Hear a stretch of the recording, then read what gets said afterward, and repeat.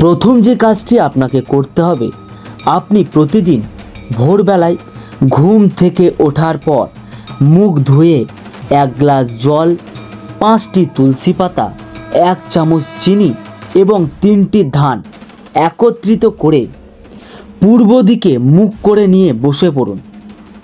তারপরে সূর্যের দিকে তাকিয়ে সেই 1 গ্লাস জল নিয়ে সূর্যকে উদ্দেশ্য করে নিচে দেওয়া মন্ত্রটি উচ্চারণ করুন।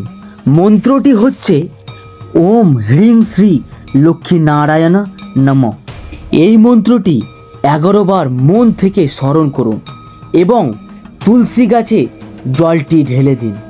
পরপর এই টোটকাটি আপনি 21 দিন ভক্তি ভরে করুন, 21 বার করুন। দেখবেন আপনার জীবনে অনেক পরিবর্তন আসবে।